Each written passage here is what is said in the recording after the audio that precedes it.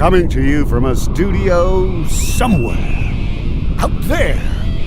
It's Enough Already Radio with Fingers Malloy and Tracy O'Connor. Good morning, good afternoon, and good evening, and welcome to another Enough Already podcast.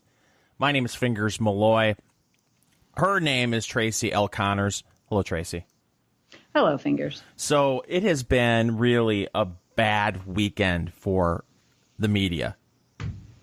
I mean, it's been a bad weekend, it's been a bad week, it's been a bad month, it's been a bad year, it's been a bad decade.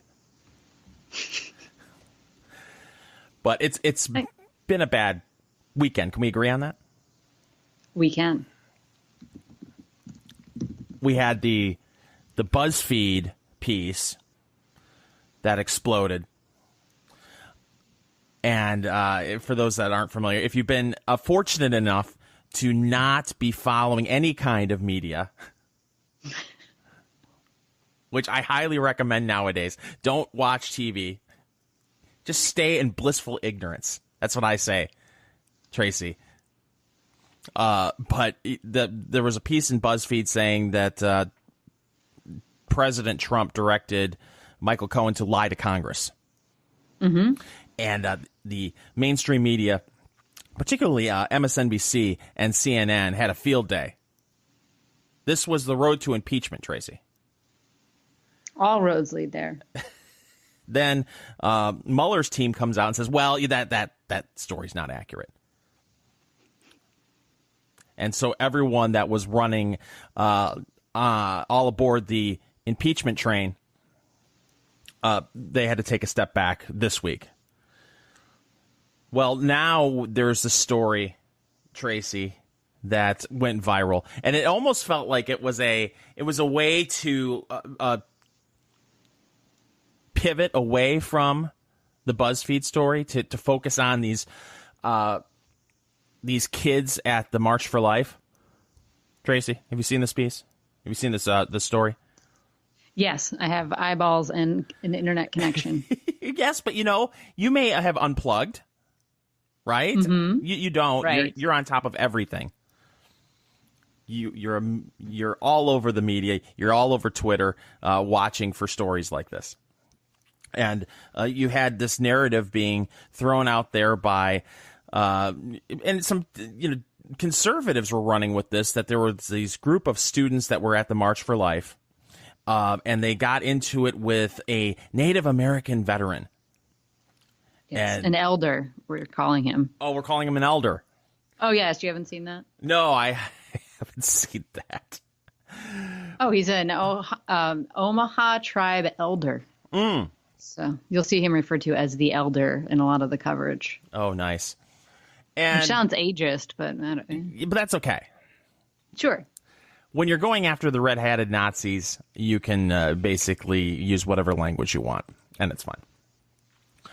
But there was this story that went out that these Catholic high school kids went after this Native American elder, yelling build the wall," and a whole bunch of nasty things. And then apparently a bunch of leftists were triggered by a high school student smirking. Yes. Well, they've categorized it as a smirk. Have you seen his face? He looks like he's just happy to be there. Well, it's an uncomfortable situation. You've got this tribal elder banging his drum right in your face. Yeah. But at first, if you watch the video, and watch the whole video, not the 10-second clip of the video, you see where some of the students are actually trying to get into it, and they're dancing along with the drum. Cultural appropriation. Oh, shoot. I hadn't thought of that, Tracy. One day I hope we see PC police officers in the street, and they won't be armed with anything beside, penalty flags. And a whistle? Yes. Different color flags representing different infractions. So you want an army of PC principals from South Park. Exactly. To basically be stormtroopers throughout the country, just throwing flags and blowing whistles anytime there's cultural appropriation afoot. Oh, there's a bunch of things you could get cited for by the PC police. Go on. Well, there's cultural appropriation, there's misgendering, there's dead naming, which is part of that whole deal. What else is that? Of course, there's racist language, microaggressions. Those are really tiny flags. Yeah. Let me think about what else. Misogyny. Well, ableism. I don't know. We're going to have to come up with a rule book for this. that would be nice. Well, so anyway, the gist of this is, the first wave coming out of the story was complete outrage that these dirty private school kids from They're Kentucky. not dirty. They're rich, white privileged children. Well, it's quite a story, because on one hand they want to paint these kids as white privileged private school children, but then the other side of the coin is they want to demean them for being from Kentucky. Right? Sure. And of course they've got the modern symbol for American Nazism, the red MAGA hats. Mm-hmm. So it's white privileged private school kids who are backwooded rednecks from Kentucky. Am I getting this right? That sounds about accurate, yeah. Okay. And so, there was the story initially broke that these kids were taunting this Native American elder. And what an outrage, Tracy, because he's not only an elder, he's a Native American. These kids represent the people who stole his land. Mm-hmm. On top of it, he's a veteran. Yes. And these snot-nosed kids insulted him, apparently, by yelling, allegedly yelling, "Build the wall," which makes no sense. Mm-hmm. But okay, we'll run with it. Well, I heard that they were not only doing that, but they were also doing a tomahawk chop. Oh, okay. That was being reported by the left. Yeah. Well, as usual, the story breaks, social media explodes, and some elite right-wing pundits immediately want to jump on the, we're not like those people bandwagon. And before all the facts come out, side with leftists, and there has to be instant condemnation. Tracy, of course, must put distance between ourselves. Right, and those people with the red hats. Well, just like anything else with one of these stories, especially when there's an activist involved, and apparently this Native American elder is a political activist, Tracy. No. That's a shocker. There's more to the story. And there's more video. And the video shows that these kids were not, while some of them may have acted like jackasses, it doesn't appear as though they instigated any of this. And the native or the narrative that was initially thrown out there was false, but that's okay, because it's okay to lie about the red-hatted Nazis. Tracy. Of course.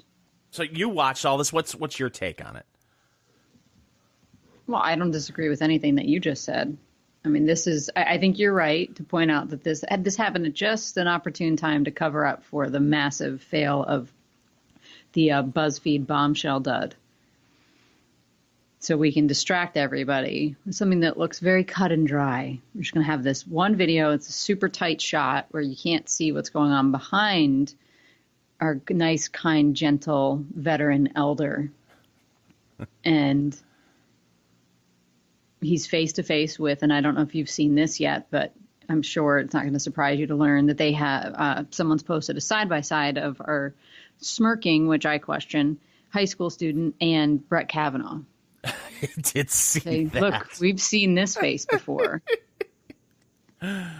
So it's perfect. Find any stand-in young white man, doesn't even have to be young, just white man, MAGA hat, put with any visible minority, and then claim that something horrible happened and everyone will believe it. Here's what I find disturbing about this whole story. Why is this news? Yeah.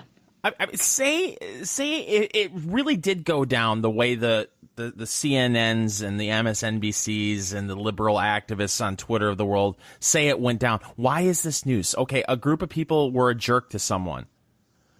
Why? How many times have we seen? You can go back to the Kavanaugh brouhaha, where there was I don't know if you saw this video, but it did go viral, where you had one older gentleman holding up some signs that were pro-Trump, and then these two idiot leftists started dancing around this old man.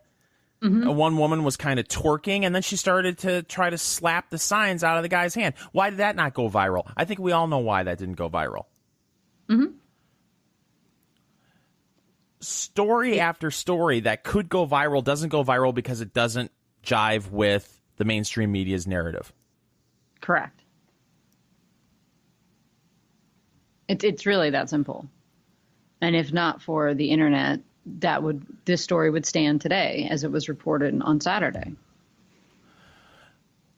The internet can be an evil place, but in some instances it can be the ultimate fact checker. Mm-hmm. Because you have people, and this goes back, I can't remember if we talked about this video or not, Tracy, but there was that video that went viral right before Christmas of the guy who engineered a booby trap package. Yes. The glitter package that would explode in a thief's face would make him saturated with glitter and fart spray. Mm-hmm. And then what happens when a video goes viral like that, you have people in their basements and they break down video footage of that like it's the Zapruder film. Mm-hmm. And then the truth comes out eventually that something was manufactured. The story doesn't pass the smell test, pardon the pun with that. And here you have it. This story breaks. The media runs with it because, oh man, any way you can make the Red Hat Brigade look bad, we got to run with that. And then on top of it, we have to pin all of that poor behavior on the president because it's the president's fault, of course. Of course. But in 2019, there are cameras everywhere. Yeah. And eventually the truth will come out. Now, but the question is, that story went viral. The truth is starting to creep out a little bit, but what happens next? Is there a widespread correction, or do we just move on to the next outrage? Well, some of the bigger sites are trying to walk it back a little bit.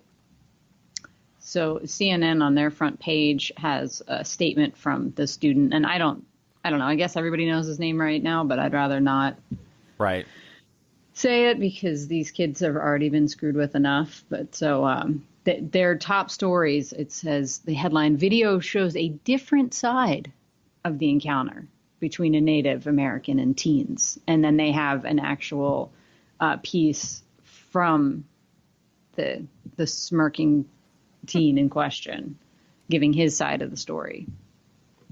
So that took 2 days to get to. Right. Even though the tribal elder's already been on CNN's air giving his BS story.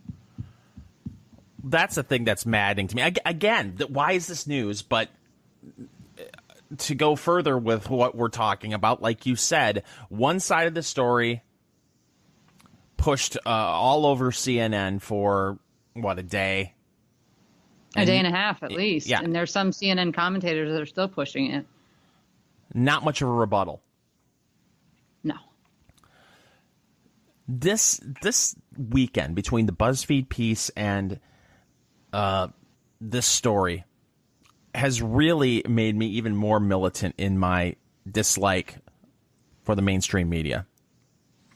And how Andrew Breitbart, God rest his soul, was so right when he said the mainstream media needs to be destroyed. Yes, they do. I mean, this is example number 7,422 in the last 2 years. It's in the last week.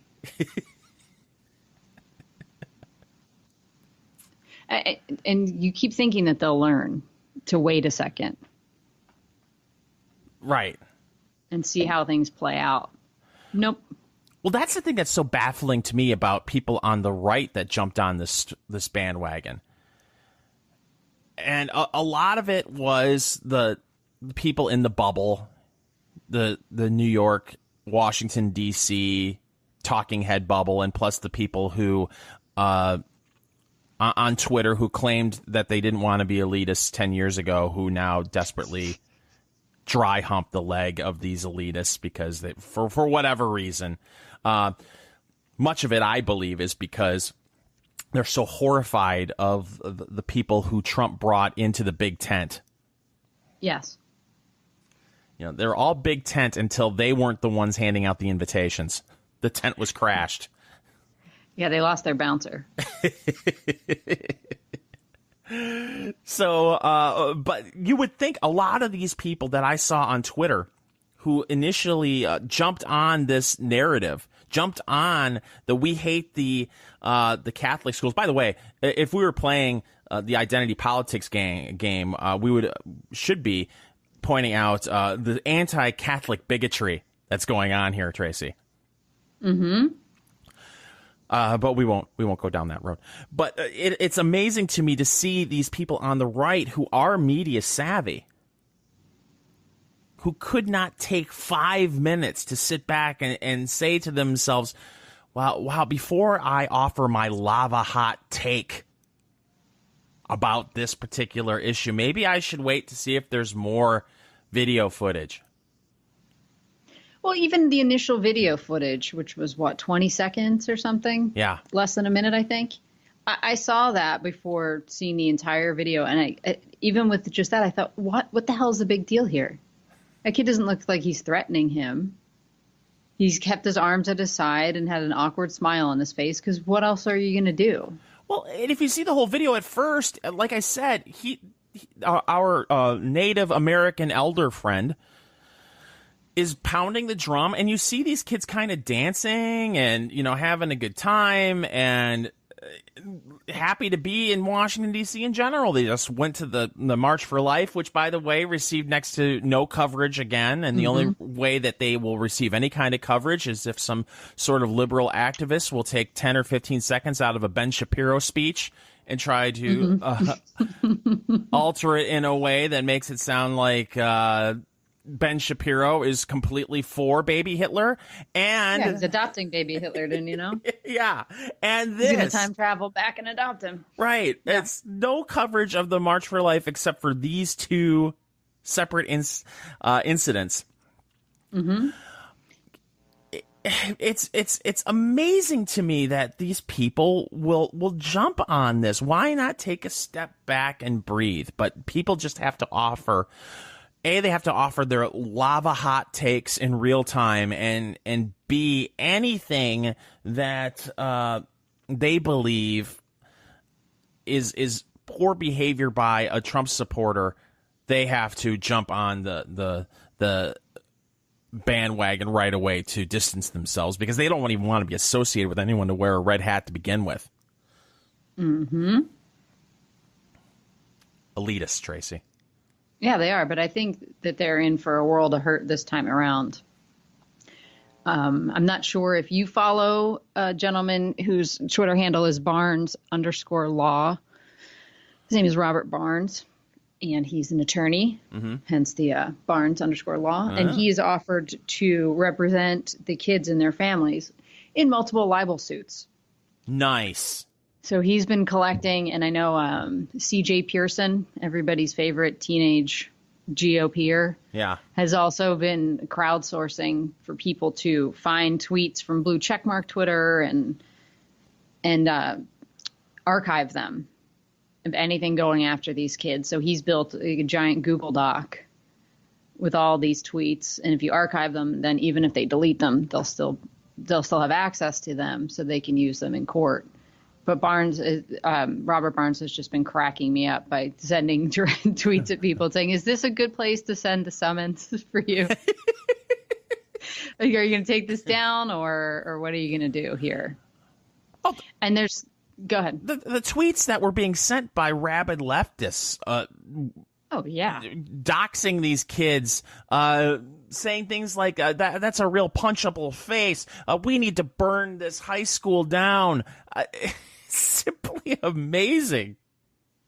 Oh, it's unbelievable how angry they get at this, and even I still maintain that if you just watch the original video, there's nothing that incendiary in it.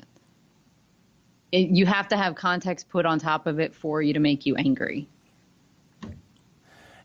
And let me ask you this: if there are no red hats, is this 1/10 of the story that it turned out to be? No. It's the damn red hats. It is. It makes me just want to wear one all the time, everywhere I go. I guarantee you, if you wear one all the time, everywhere you go, especially in Pennsylvania, especially if you head down to Philly, you're going to be one of these YouTube videos where you got some wisecracking leftists. I just saw a video Dana Lash tweeted out where this guy and his daughter are walking through maybe an airport, and the dad says, "Look at this kid over here with a Maga hat on."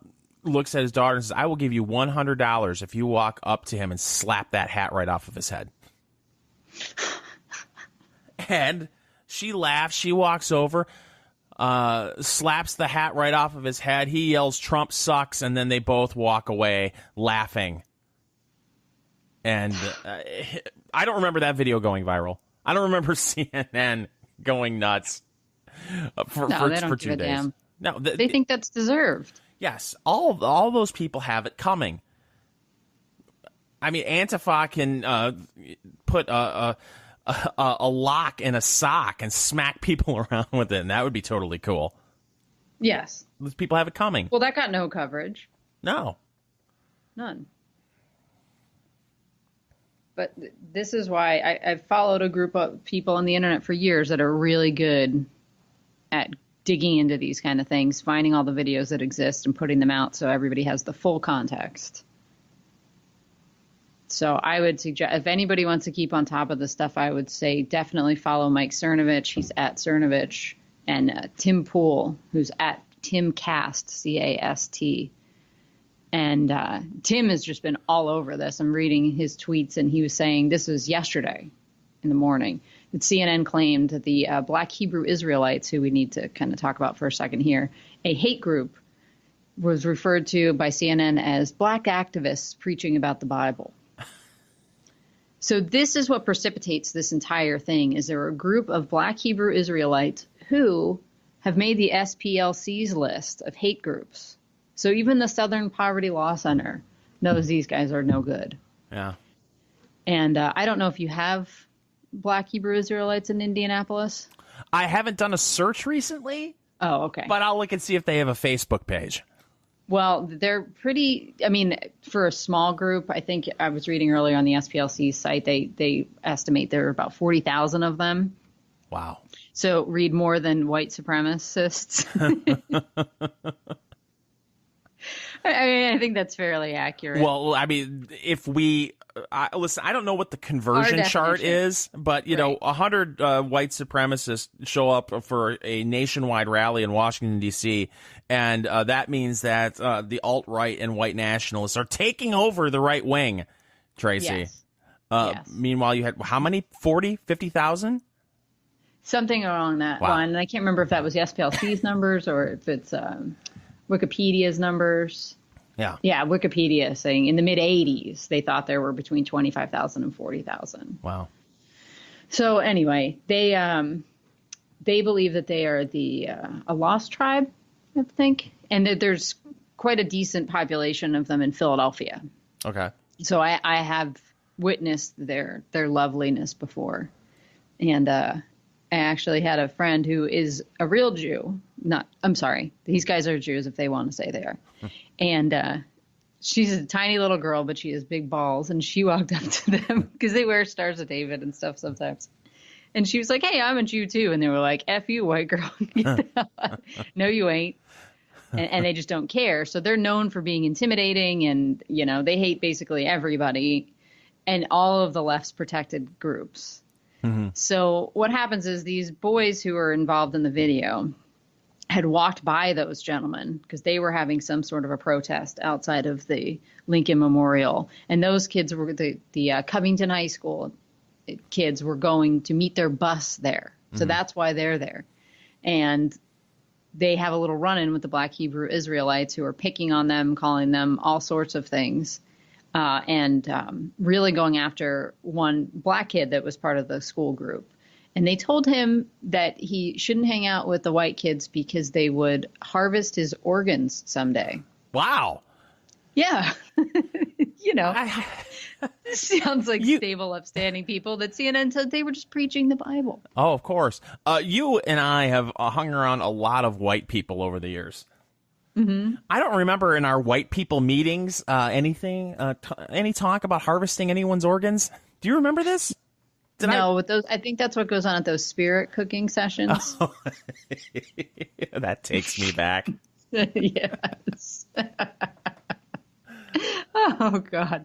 So anyway, so that's what's going on when all of this starts. And suppose our native elder friend sees this and wants to diffuse the situation. And, you know, nothing diffuses hate like a good drum circle. That's true. So instead of confronting the Black Hebrew Israelites, who, if you see the video, they're quite intimidating large gentlemen, he decides to diffuse it by going up and banging the drum in front of the high school boys instead.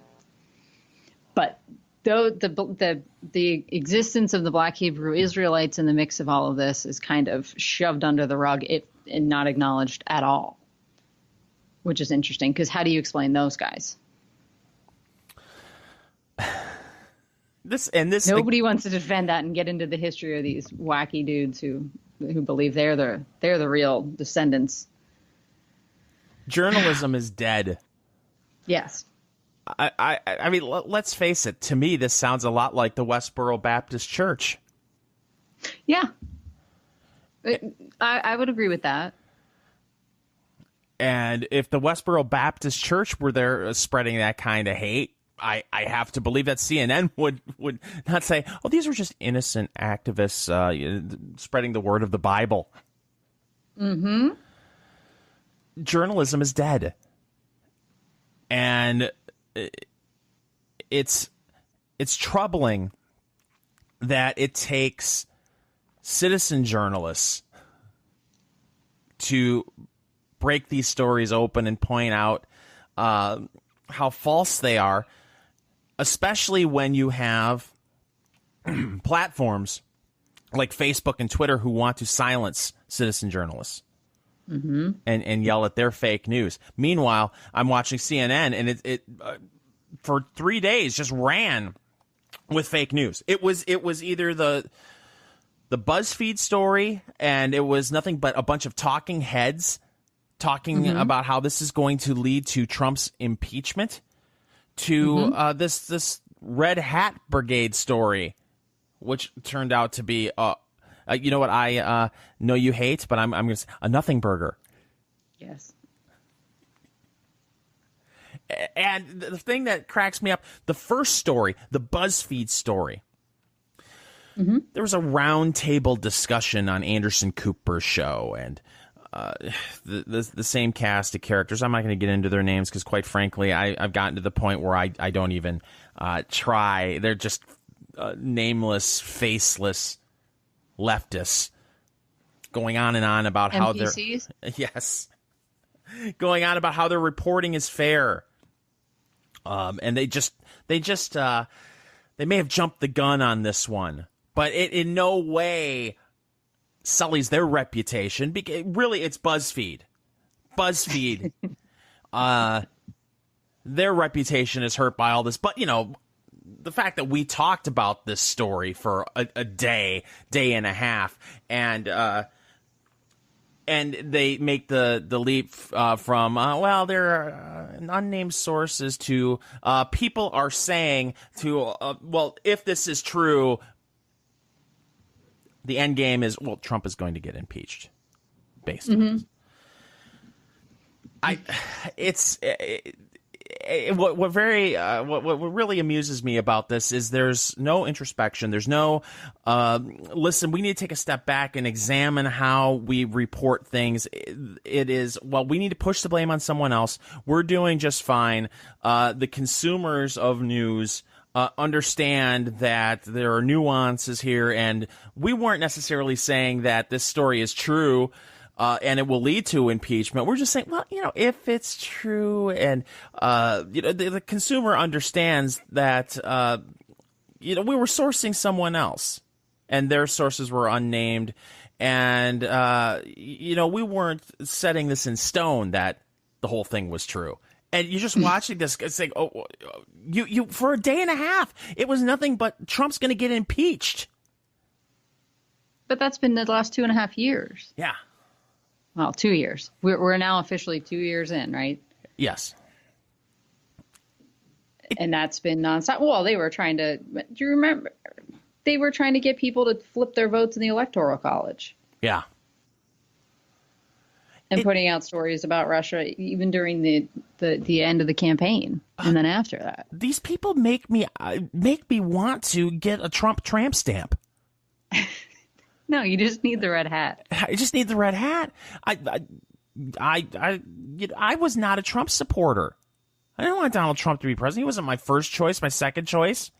But I'll be damned. I'm really happy with my not Hillary vote. And I'm pleasantly surprised with how he is treated. I would have liked, for years I would see Republicans every convention talk about how I'm going to be able to fill out my tax return on a postcard someday. I'm still waiting for that.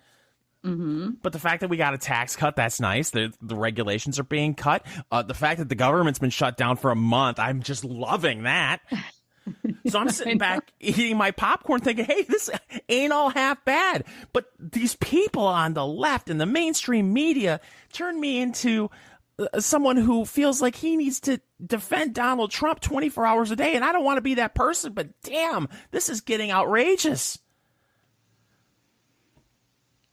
And there's no signs of it slowing down. No, you didn't you think after the first year, you'd be like, okay, they'll punch themselves out. Yes. But it doesn't stop. No. And now they've got like this lie counter that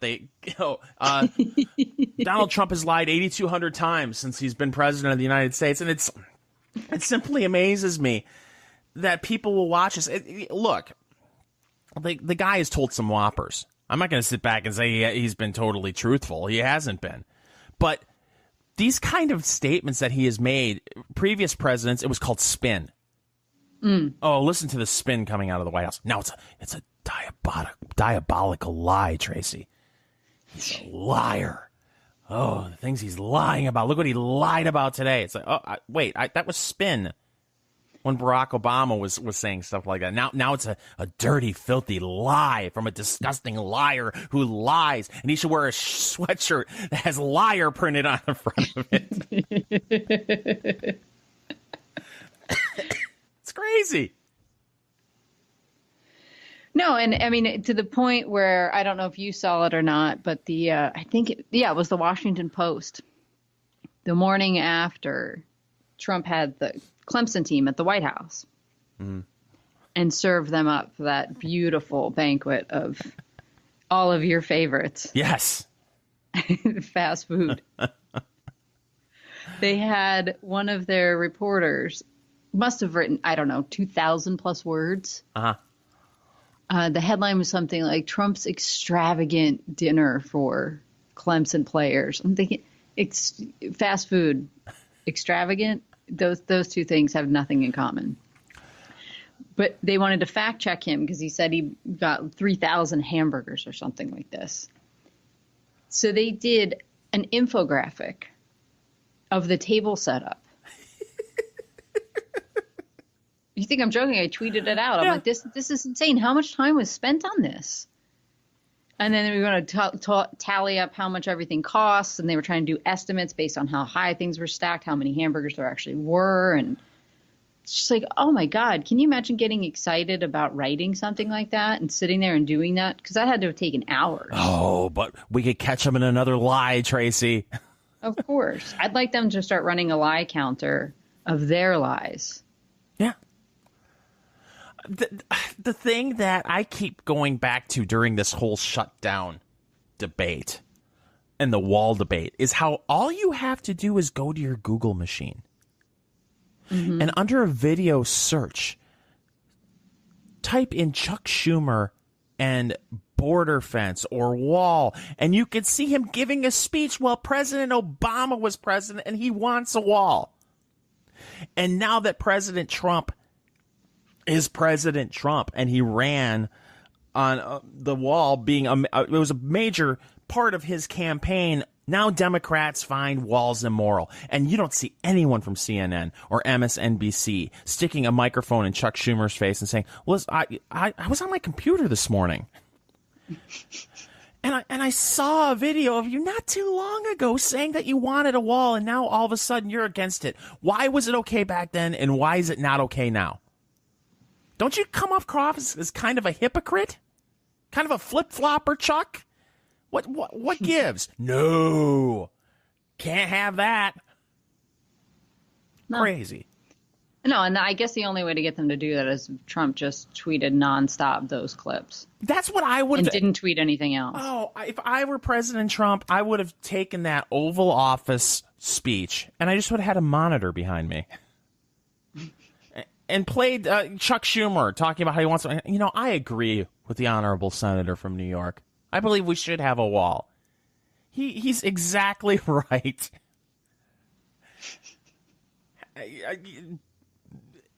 Clips of Barack Obama and Bill Clinton, all of these prominent Democrats saying that they wanted more border security and they wanted a wall, and then just to sit back and say, I agree with them. I believe we should have a... Well, thank God we can stop this government shutdown tomorrow. We're all in agreement. Hallelujah. Federal employees, federal workers won't have to eat cat food tomorrow. That'll be great. I wish he would have done it. Yeah. Well, maybe it'll come to that. Oh, I'm a firm believer, Tracy, that he's going to be pressured by Senate Republicans to cave. What leverage do they have over him? I think what will happen is they will override any kind of veto, and they'll reopen the government. They'll get with the House Democrats and come up with something, and it will be Mitch McConnell leading the conversation, because he'll try to be the adult in the room and say, listen, this has gone on long enough.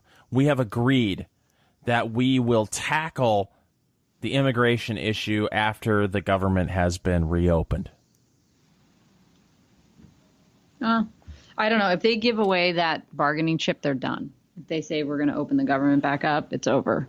But you tweeted, or you sent me a tweet. There are already prominent Republicans in the Senate wanting to end any government shutdowns. Yes, they wanted to stop the possibility of ever having a government shutdown again. The Republicans in the Senate are so terrified of government shutdowns. Granted, I've got friends who work for the federal government, work for, I've got family members that work for the federal government who aren't getting paid right now.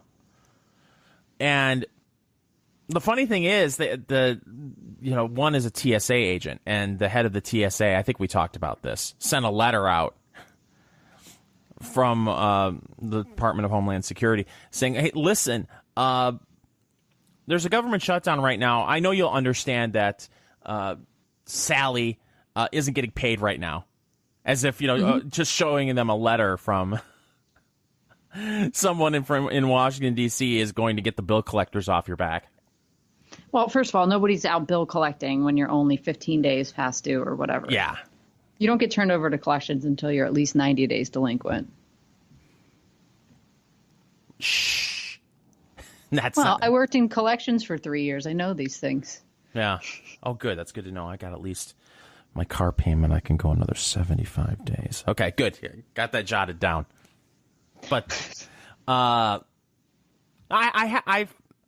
think that we all feel for people who aren't getting paid right now. Sure. But as one of our wonderful listeners, Grumpy Seamstress, pointed out, and I did some research, they're eligible, these federal workers who are furloughed, for unemployment benefits. Well, there you go. Yeah. Well, one of the things they have to do is look for another job in the meantime. But looking at the unemployment rate and knowing personally, because we've had problems finding people, there are plenty of job openings. Yeah. There are more job openings than there are applicants. So if you're worried that your job is going to be used as a political football, get a different job. Yes, you're going to have to give up your pension and all that kind of stuff. But these are the breaks, and nobody is guaranteed a job. So, sorry. But the Republicans are terrified of government shutdowns. Well, I don't know. I mean, at this point, it's been a month, like you said, and nobody's noticing. I saw a poll the other day, I think on MSNBC, I believe, and it was something like only 18% of people said they're being affected by this. 82% said they didn't notice. This is bad news for the Democrats. Yeah. And then The longer this goes on, the more people realize that. And then I saw a poll. It's not in front of me, unfortunately, and I'm too lazy to dig it up. But I believe it was an NPR poll said that President Trump's approval rating with Latinos has jumped, I believe, 18% since the shutdown began. Yep. So, there you go. But most people aren't being affected by this. No. But going back to, you brought up earlier the whole dinner at the White House thing. I found it highly entertaining. First of all, when I was a college student, I wasn't a college athlete, but if I had been a college student even if it were Bill Clinton, if Bill Clinton invited me to the White House for a White House dinner and I walked in and it was Big Macs and pizza and Whoppers, I would have been thrilled. Uh-huh. And you saw, again, I hate to keep framing it this way, but it's just the truth. These media elitists and social media elitists harping on the fact that he would feed these kids McDonald's and Burger King and Domino's and how awful that was and how demeaning it was. And I'm reading it going, wow, that looks pretty cool. Yeah. Yeah, the guys seem to enjoy it. Some of the players are tweeting out how awesome it was. Oh, look, if you're a 300-pound lineman and you walk in and it's raining Big Macs, are you kidding me? I'm all over that. And you're in the White House? But here's the thing. It was a complete no-win situation for Donald Trump. We talked about this yesterday on Tony Katz's podcast, Eat, Drink, Smoke. If the president asks one of the, he's got one hotel in Washington, D.C., a fine hotel from what I understand. Mm-hmm.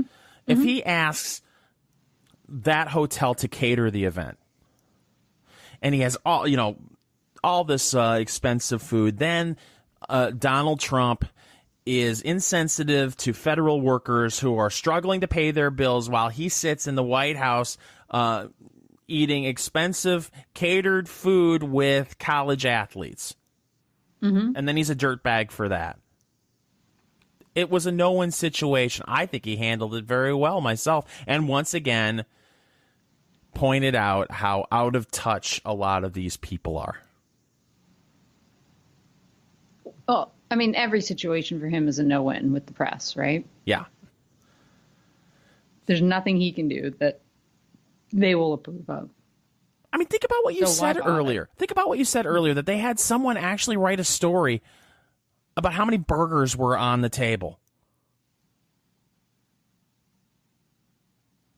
Did we get that kind of coverage about how everyone is going to save $2,500 in their health care costs by having Obamacare pass? No. And was that called No, a and lie, or was that called spin? It took years for it to be reported as a lie, even by, I think it's Snopes. Yeah. Oh. What else is going on, Tracy? Speaking of eat, drink, smoke, yesterday we had the idea that we were going to review Big Macs and Whoppers. Oh, okay. And I just went on Atkins a couple days ago. So it was murder. I mean, just 2 days ago, 3 days ago now, I went on Atkins, and we had Burger King, Whoppers, McDonald's, Big Macs. April D. Gregory brought in chicken nuggets, fries. Mm-hmm. And I'm supposed to sit there and not eat any of it. You could have the burger patties. Yeah, but if you're going to have a Big Mac, a great American sandwich, by the way. I totally agree with President Trump on that, other than a little too much bread. But you can't have the Big Mac without the bun. You can't have the Whopper without the bun. What's the point? It's just sad. You look like a sad person peeling off. Oh, I can't have the bread. What's worse, if you're doing the low carb keto thing and you're peeling off the bread, or you the person that's running around saying I can't have the bread because I'm allergic to gluten? Both are it's just sad. Sad. I know you have no sympathy. No. Well, we're 47 minutes in, Tracy. You want to talk about anything else? Well, we've got a whole bunch of movement going on the 2020 primary front that's semi-interesting. And I'm thinking that I was thinking about how to visualize all of this. Mm-hmm. And it's almost like a multi-lane highway, right? Where you've got several people in the same lane that are going to cancel each other out. Yeah. So we got to think about this a little bit more, like who goes in what lane. Like obviously Bernie Sanders and Elizabeth Warren are same lane. Mm-hmm. And we've got a new entrant, Kamala Harris. I don't know who we would put in her lane yet. Julian Castro, who nobody knows and is not getting anywhere. Kristen Gillibrand, same thing. So I want to put them in, I'm calling those guys Team Beach House. Yeah. Because really, this is just to see if they can fundraise. I can't believe for a second that they actually think they have a shot. Maybe with Castro, he thinks he could be somebody's VP. Yeah. I mean, isn't that what a lot of this is? It's to raise money, hope to get enough support to A, get a beach house. Well, it should be B, get a beach house. But A, they want to be the vice president of the United States. Yes. Unless you're John Kasich, who is just such a contemptible human being.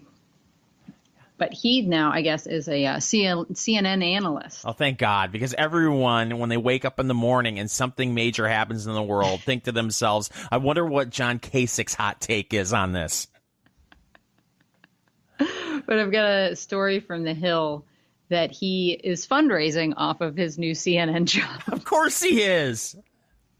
Amid 2020 speculation, which gets me thinking, if you are going to run, you have to give up all your contributorships. Right.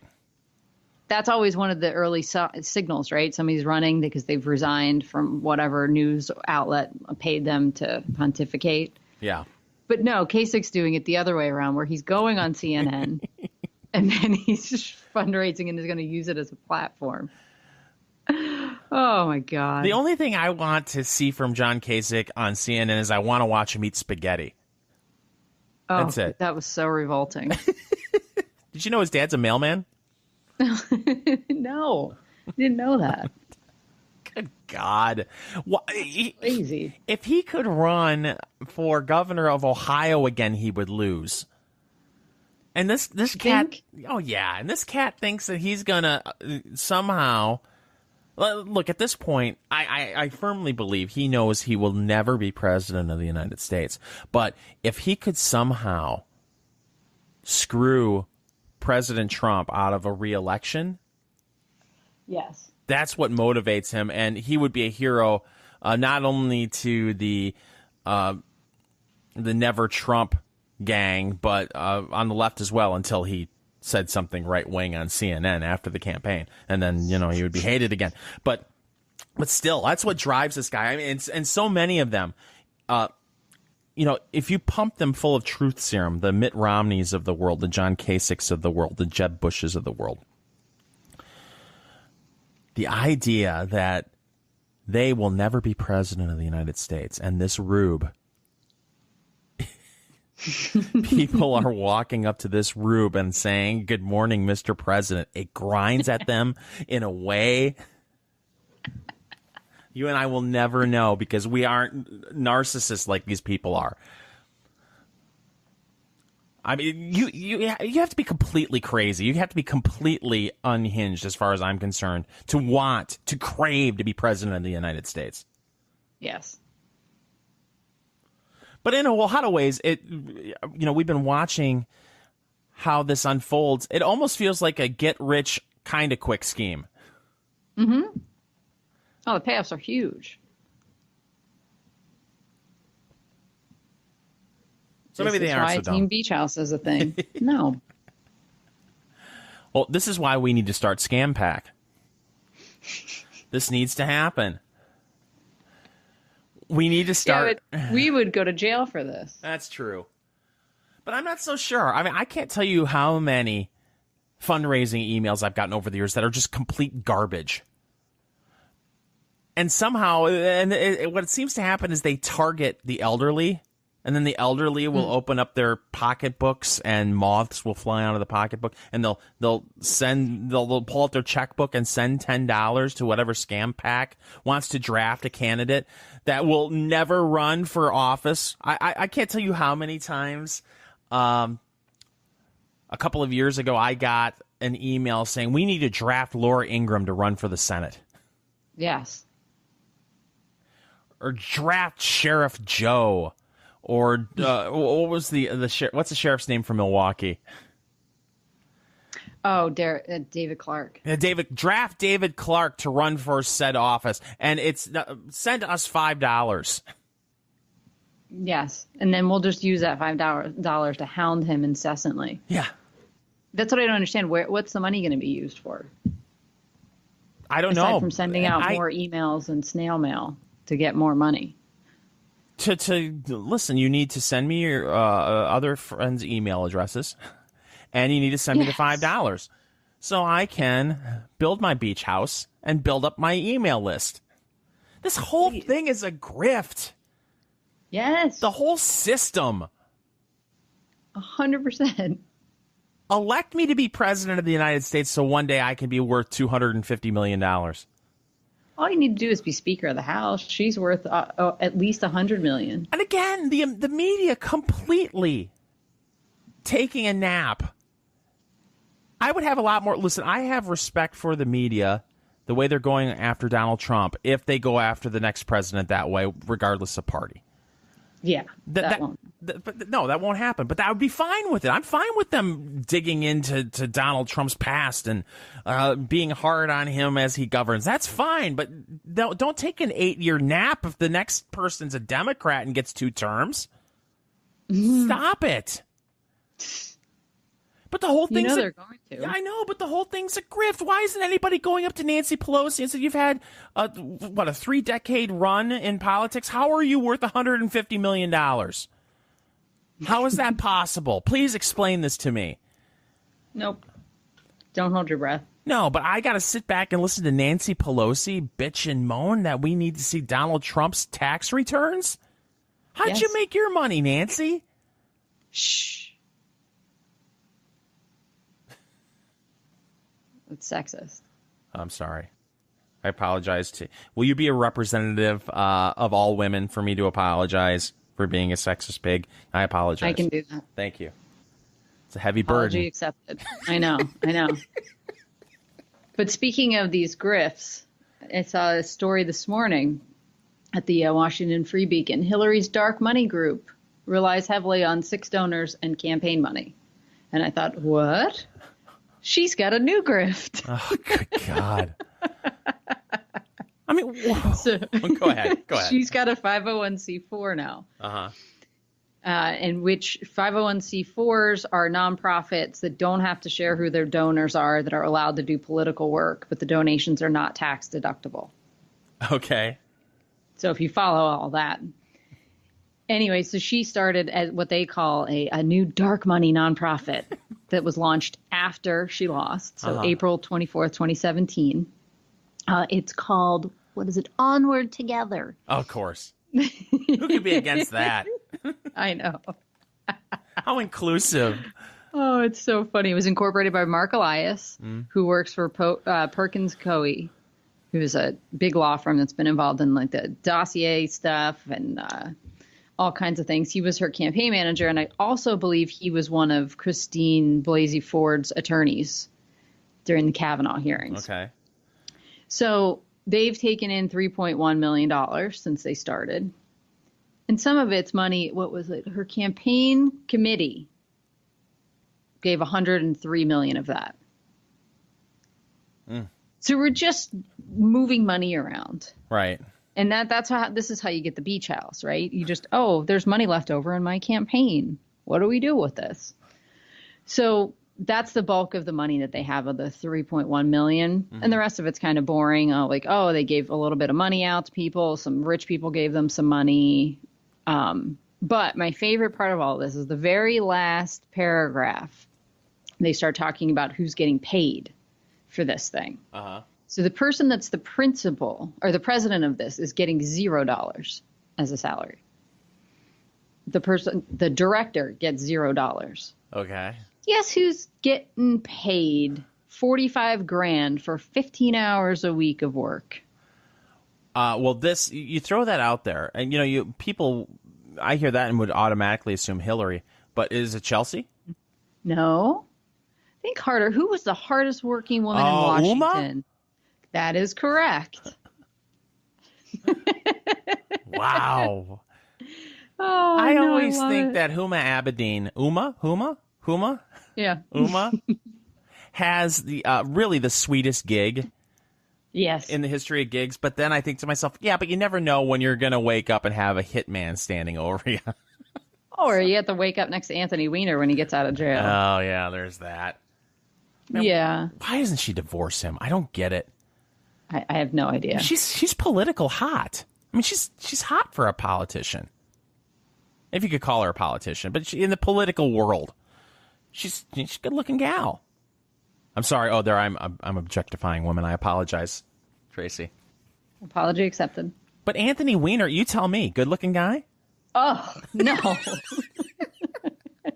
I mean, he works out. I'm guessing he does the workout. Yeah, P90X or whatever, the Paul Ryan workout. No, he's flexor. Like a butt his head. If you cut his head off, potentially. Oh, but then he nares his chest. I've seen pictures where it's there's no chest hair or anything, and oh God, you're in your, what are you, 50 and you're still doing that? Oh, he's just a repulsive human being.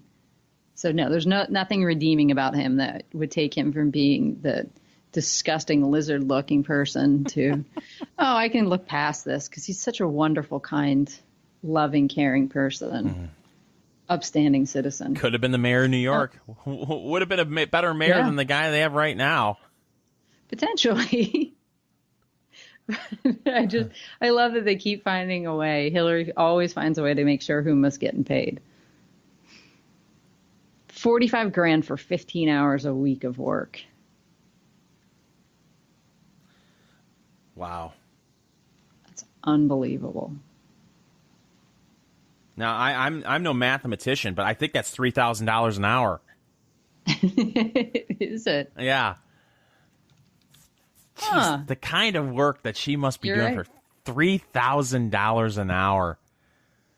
Sounds like what high-class hookers get paid, doesn't it? But that's I'm okay. sure that's just a coincidence. Doctors are overpaid. Yes. Lawyers, not so much. No. And she's not even a lawyer. She's not? I thought she was a lawyer. I don't think so. Wow. Uma. Let me yeah.